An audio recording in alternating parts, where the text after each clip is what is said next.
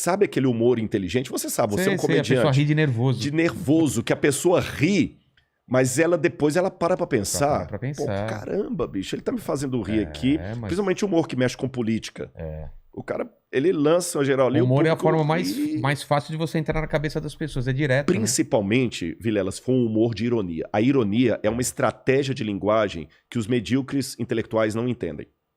E os hipócritas também não. Quem é medíocre intelectualmente, quem é hipócrita não entende Não consegue a ver- ironia. Ele não percebe a ironia. É comigo? Aí Jesus contava uma parábola e ele jogava papo reto no povo. Ó, você tem que nascer de novo, Nicodemos. E o povo hoje não quer nascer de novo. Voltando à metáfora hindu lá, eu não quero soltar as minhas folhas porque no inverno eu vou ficar pelado, vou ficar feio. Eu quero ficar bonito. Dá trabalho, né? Aí você fica no inverno se enfeitando com folhas que não são suas, porque as naturais caem. É como o Photoshop do Instagram, que não é você. Você não muda e você está morrendo sem perceber. Então, para mim, 3 coisas eu digo para mudar esse quadro que nós vivemos. O primeiro deles, eu vejo a crise como sendo a oportunidade para surgirem heróis. Segundo, até que me deem sapatos novos, eu vou continuar usando os que eu tenho. E os que eu tenho estão dando um resultado muito bom. Porque eu já trabalhei em penitenciária. Ah, é? Eu já trabalhei em penitenciária, não trabalhando, desculpa, não expressei bem. Como pastor da igreja, eu já fui à penitenciária fazer trabalho com os presos, é isso que eu quis dizer. E por pelo menos 2 ou 3 vezes, eu lembro que a facilidade que a gente tinha com os juízes de autorizar a nossa entrada numa prisão era absurda. E eu não entendia isso, até um dia conversando com um advogado criminalista, eu falei assim, passa, eu dei sorte, viu? Porque toda vez que eu precisava de uma autorização judicial para entrar numa penitenciária, era a coisa mais fácil. Aí esse advogado falou comigo, Rodrigo, todo juiz está implorando para aparecer um crente na porta dele lá, querendo trabalhar na cadeia. Caramba. Porque é estatística. Quando começa a aparecer Bíblia na cadeia, cria imediatamente uma ala dos crentes. Todo carcereiro quer trabalhar ali, porque a ala dos crentes é a que menos dá trabalho para eles.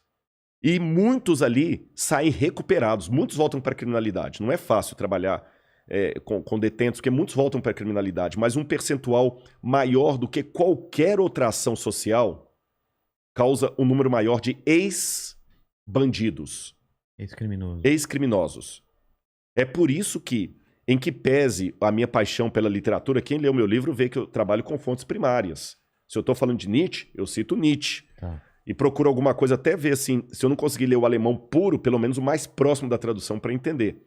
Mas apesar de toda a minha devoção pelos clássicos que eu acabei de falar, eu tenho muito claro para mim que se eu jogar José Saramago numa penitenciária, dificilmente eu vou ter um grupo de ex-detentos, ex-bandidos, porque leram José Saramago. Mas se eu jogar uma Bíblia de Novo Testamento, daquela dos Gideões Internacionais capa cinza, daqui a pouquinho tá o juiz pedindo para eu voltar lá para tocar violão e eles deixarem a criminalidade.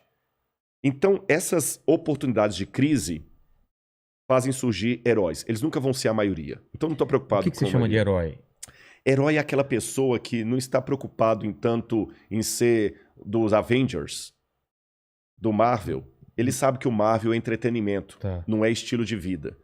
Ele não está preocupado... Não é esse tipo de herói. Não é esse tipo de herói. Não é aquele herói do Velozes e Furiosos, que é o estereótipo do cara que eu não queria como vizinho no meu condomínio, dirigindo na rua que meu filho brinca. Exatamente. Você tá entendendo? O cara dirigindo de ré a 100 km por hora. E o cara fortão, aquela coisa toda. O herói, sabe quem é? É aquele que faz o que todo mundo deveria fazer, mas a maioria negligencia. Vou dar um exemplo. Madre Teresa de Calcutá. Ela ganhou um prêmio Nobel. O prêmio Nobel de Madre Teresa de Calcutá é o poder heróico dela, que ao mesmo tempo revela a fragilidade da humanidade, porque o que Madre Teresa fez é o que todo mundo de sã consciência deveria fazer. Mas como a maioria não está fazendo, o dia que uma mulher faz, ela vira santa e ganha um prêmio Nobel. O prêmio Nobel de Madre Teresa, bem merecido, bem dado, é um prêmio mais vergonhoso da humanidade. Eu vejo isso também em rede social. Quando alguém faz uma coisa totalmente normal e que deveria ser padrão. De todo mundo. Nossa, ele tá lavando a louça pra mulher. Pra mulher. Nossa, ele tá cuidando dos filhos. Nossa, a mulher trabalha e ainda ela tem tempo de de cuidar da... Sabe? São coisas... Esses, cara, pra mim, que são os heróis, você tá entendendo? exatamente. O herói é aquela senhora que tá lá que tá fazendo lá todo dia, 5 horas da manhã, com o risco de pegar Covid no metrô, porque ela não tem nada a ser a máscara e tudo, e sustentando os filhos, porque o safado do marido já abandonou ela com os 5 filhos no bucho ali. E ela tá ali trabalhando de sol a sol, pegando energia de onde não tem, você tá entendendo? Essa mulher é a heroína. Porque às vezes... Sorrindo na maioria das vezes, indo com alegria, né? A gente tem aquele espectro de herói muito Marvel. É. E a gente traz isso pra realidade. Que é uma coisa até individualista e até egocêntrica, né? Não diz que uma vez o Mike Tyson tava num avião.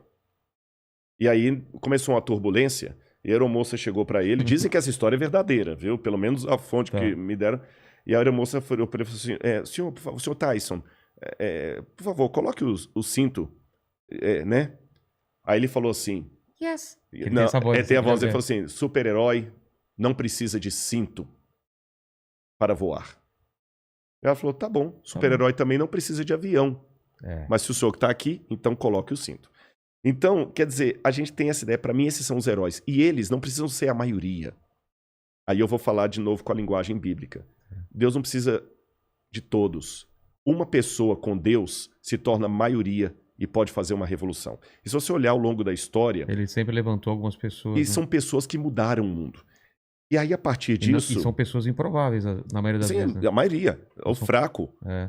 Aí, com isso, eu vejo a transformação do